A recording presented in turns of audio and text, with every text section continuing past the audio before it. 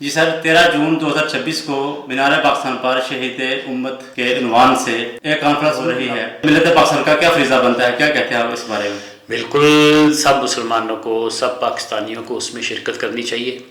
اس وقت یہ ٹائم فرقہ واریت کا نہیں ہے، یہ امت مسلمہ کا مسئلہ ہے اور پوری امت کو ایک پیش پہ اکٹھا ہونا چاہیے۔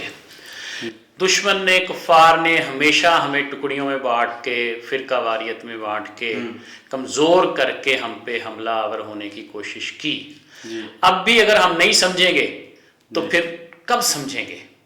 سب کو اکٹھے ہو کے اس میں جانا چاہیے اور یکجہتی شو کرنی چاہیے۔ اچھا، اس سے کوئی فرق پڑتا ہے یہ کانفرنس سے اور ریلیوں سے؟ کوئی ہے اس کا اثر انداز ہوتی ہے کچھ؟ دیکھیں وجائی صاحب، ہر چیز اثر انداز ہوتی ہے۔ اگر آپ نے امت کی رائے بنانی ہے، رائے عامہ کو تیار کرنا ہے، تو اس کے لیے انہیں ایجوکیٹ کرنا ضروری ہے۔